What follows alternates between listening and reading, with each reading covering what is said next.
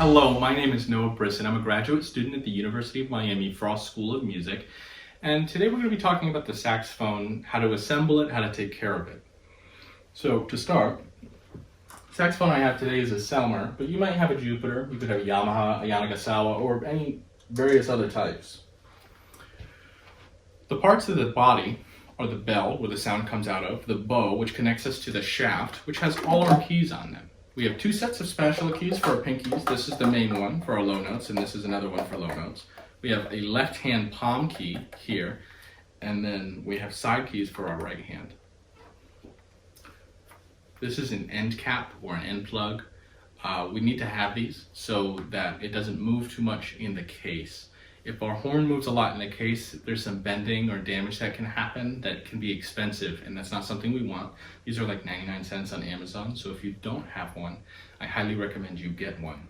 The next part of the saxophone is the neck. The neck has two parts. We have an octave hole, and we have a cork. The thing about the cork is it's like skin and it needs to be moisturized. So we use cork grease and we chapstick a little bit of it on just when we're done playing, not before, and we rub it in with our fingers. Then we put it away. We never do this before playing because then the cork grease won't have time to get into the cork, so it can moisturize it. We then put the neck into the shaft. It should go in just easily like that. If it's not, you have to clean it with a rag or something before putting it back in. And this is what I mean by it not going in easily. It just went in fine, so I'm not worried about it. The next part of the saxophone is the mouthpiece. You're going to notice I have a mouthpiece cap on. This is to protect my reed while it's still on here. These are also on Amazon for like 99 cents. You should get one if you don't have one. You'll see I already have a reed on here. It's plastic. You might have a cane one, and you may even have a metal ligature. That's great, but because of that, metal ligatures can be dangerous for reeds. So when we do that, when we put the reed on, we want to come in from the bottom and then tighten the reed on. We also want to make sure that the reed is perfectly straight and centered on the mouthpiece and tighten it just a little bit, not a lot.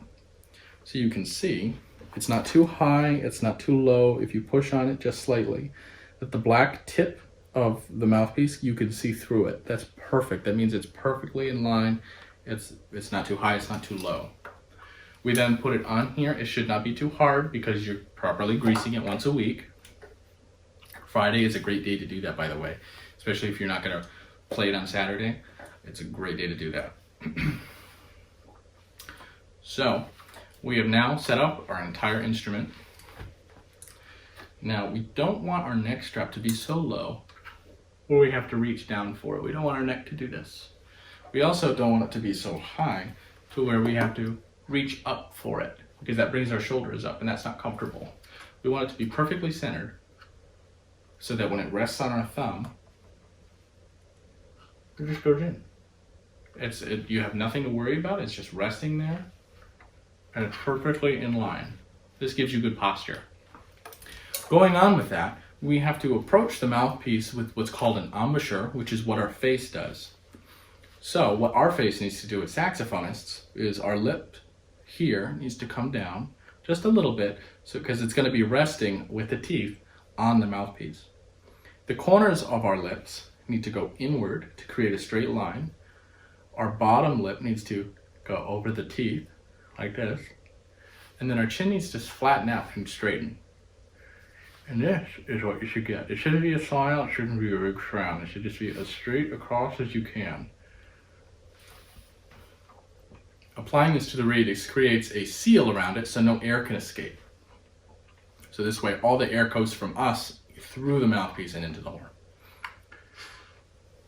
So there's no gaps, straight chin, corners in, just teeth resting on the top, and our bottom lip is turned in. That is a simple embouchure. I recommend practicing it. Sit on the bus and do it for a while, see how long you can hold it.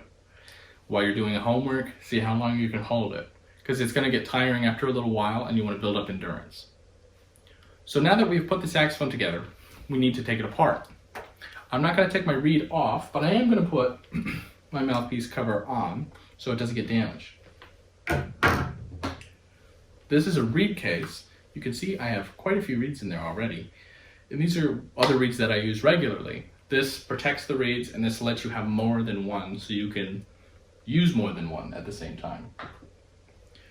We then take the neck off. Ideally, we're going to cork grease it before we put it away. But we have to clean it. So we use a silk, not a cloth, a silk. To do that, go in the direction that the spit goes and just pull it through. We want to do this about 3 to 5 times for the neck and go down the shaft of the horn about 5 times this way. So we let the weight fall to the bottom. Be wary, there could be a buildup of spit at the bottom, so when you do this, spit will fall out with it. Just be careful so you don't get it on yourself, and then just pull it through. Again, 5 to 10 times. We put our cloth away. We put our end cap in. We unhook the neck strap and we just place it in there just gently. So that is the setup and the care of the saxophone. But there's one more warning I want to give to you. When playing the saxophone, we should not be eating right before or during the time we play. And we shouldn't be drinking anything with sugar in it. We should only be drinking plain water. No carbonation, just plain water. This is because the carbonation will make us burpy, and that's not good when we're playing.